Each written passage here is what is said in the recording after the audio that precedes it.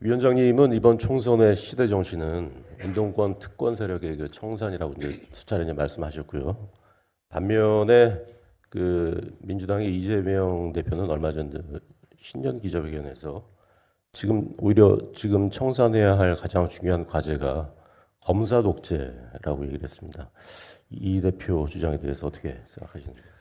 만약 검사 독재가 있다면 이재명 대표는 지금 감옥에 있을 겁니다.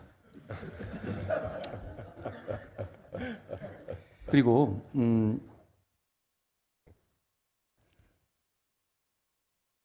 저는 민주화 운동을 한 분들, 여기 우리 선배님들도 많이 계실 거라고 생각합니다. 대단히 존경하는 마음이 있습니다. 그렇지만 민주화 운동은 몇몇 사람의 공이 아니라 대한민국 모든 시민의 공입니다. 그 공을 발췌해내서 수십 년째 울고 먹는 것을 비판하는 겁니다. 그리고 그분들 몇몇의 이해관계가 그분들이 잘 먹고 잘 사는 것 자체라면 나라에 해가 없는데요. 그분들이 새로운 정치 세력, 좋은 정치의 등장을 꽉꽉 막고 있거든요. 어떤 보도에서 민주당에서 현역 의원 중에 70여 명이 운동권 출신. 정확하게 말하면 그냥 사실 그 시기에 돌 한 번 안 던져본 사람들은 적을 거예요. 그렇지만 이 사람들이 말하는 이런 사람들은 적어도 총학 같은 데서 학생회장 한번 해보고 뭔가 렛대를 달렸던 사람들끼리만 있는 것 아닙니까? 그러면 이런 분들이 수십 년째 기득권으로서 혜택받으면서 정치를 장악하고 있는 것이 대한민국에 도움이 됩니까? 아니면 해가 됩니까? 386이었다고 했잖아요. 386이 686이 됐어요. 그럼 그동안에 그걸로 충분하지 않습니까? 혜택이 필요했다면? 저는 그 부분에 대해서 충분히 국민들이 시대의 정신을 공감하실 거라고 생각하고요. 자, 이 말씀도 드리고 싶습니다. 정치 영역에서만 그렇습니까? 정말 그렇습니까? 사회 영역, 시민단체 영역도 다 마찬가지 아닙니까?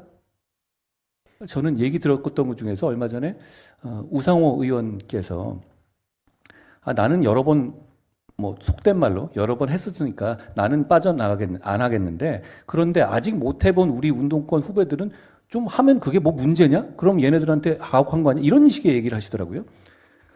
정말 잘못된 생각이죠.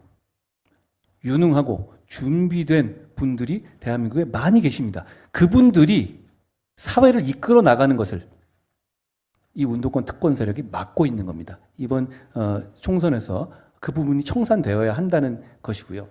검사 독재란 말 자체는 일단 검사를 사칭한 분이 이런 말씀하시는 게 좀 코미디 같긴 합니다. 그리고 저는 민주당의 문제가 이거라고 생각합니다.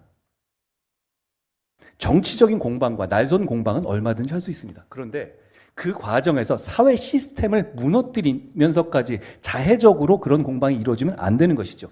민주당은 얼마 전에 이재명 대표 피습 이후에 말도 안 되는 음모론을 퍼뜨리면서 경찰을 집중적으로 공략했습니다.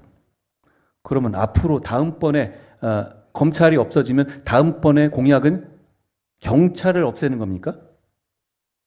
자, 제가 드리고 싶은 말씀은 경찰이든 검찰이든 국민의 안전과 질서를 책임지는 대단히 중요한 국민의 자산입니다. 국민의 도구일 뿐입니다. 의인화해서 볼 게 아니죠.